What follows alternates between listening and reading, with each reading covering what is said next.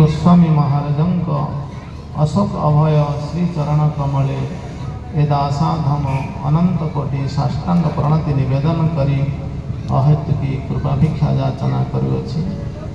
पूजनीय शिक्षा गुरुपाद पद्म ओम विष्णुपाद अष्टोत्तर शब्द श्री श्रीमद भक्ति सिद्ध विचार विष्णु गोस्वामी महाराजंक चरणे अनंत कोटि साष्टांग प्रणति निवेदन करुअछि। तथा मंचासीन महायोगी महाराज श्रीपाद कृष्ण प्रभु विभूति प्रभु अन्यान्य समस्त वरेण्य ब्रह्मचारी वृंद समस्त भक्तमंडली सज्जन मंडली मातृमंडली श्रोतृमंडली समस्त को यथायथ प्रणति निवेदन करुअछि।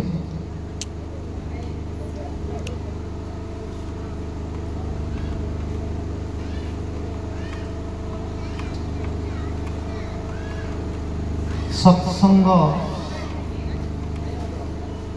जीवनर भाग्य मिले।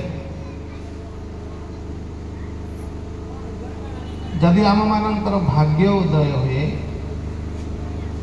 तेबे साधु भल लगे, साधु कथार रुचि हम। जदि भाग्य उदय है जिन सूर्य अस्त अछंती सूर्य उदय ना तेणुक अंधार है। सूर्य उदय हेले आलोक पाइबा से प्रकार भाग्य रूपक सूर्य उदय हेले आम मानकर अंधार दूर हम आलोक प्राप्ति हम तेरे रास्ता देखा जीव। से जो मानकर साधु संग रुचि है से मानकर भाग्य उदय। मुचुकुंद भगवान को कहले, हे भगवान भवाप वर्ग भ्रमतो जदा भवे जनस्य तर्हि अच्युतस्य सत समागम। जे भवाप वर्गो भ्रमतो जदा भवे जनस्य ए संसार भ्रमण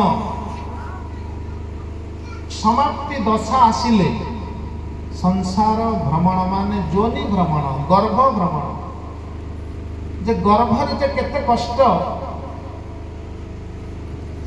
भागवत तृतीय स्कंद रे कपिल भगवान शुणाई से सब शुणा दरकार। गर्भ कष्ट 7 मासर जीवर ज्ञान उदय हुए गर्भरे से पूर्वा पूर्व 100 जन्मर कथा मन पकाए। ताने एठो आमे अनुभव करि परछे जे पूर्वा पूर्व जन्मर 100 जन्मर कथा गर्भर शिशु मन पकाए। किंतु 8 मास 9 मास 10 मास हेले संसार को आसी जाए, गर्भ कथा बुझी जाए।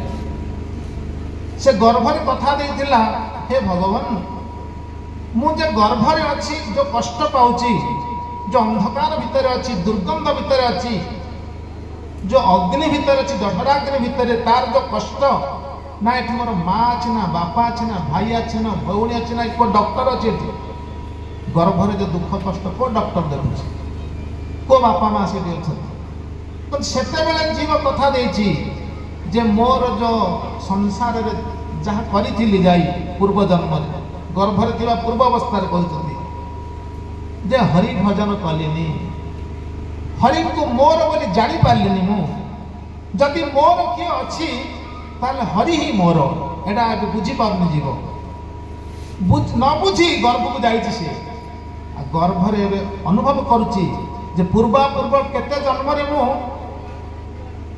भगवान को भूलिबारु तार प्रतिदान स्वरूप गर्भरे अछि मु एबे मातृ गर्भरे मनीष छुआ कहूचे कथा जे गर्भरे मु काहे कि अछि ना पूर्वा पूर्व केते जन्मर मु हरि को भूली जाइछि हरि भजन कलिनी करिछि कोन ना ए संसार सुखरे मोहित होई भगवान को डाकिलेनी आज गर्भ कष्ट पाउछि तेणु तार उचित शास्ति पाउछि मु। किंतु हे भगवान क्षमा देवे मु आउ संसार गले तोर भजन करिवि आउ ए माया रे पड़िबिनी। तापर कहूछि ना ना मु जीविनी संसार को मातृगर रहिबा ही भलो जे एठी मोर हरि स्मरण होछि विपत्ति रे मध्य। किंतु 8 मास 9 मास 10 मास हेले संसार आसी जाए तापर कांदे तार आउ किसी उपाय नहीं, खाली कांदिबा छड़ा आउ किसी उपाय नहीं। ना माँ को चिन्हुचा बापा को चिन्हुची सी खाली कांदे।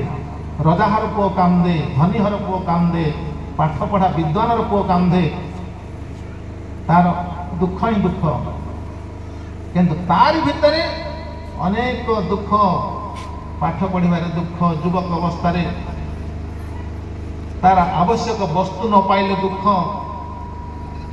माने अनेक दुख भोग करी करी से मरी जाए, किंतु गर्भर कथा को मन पकाए, हरिभजन करे नहीं।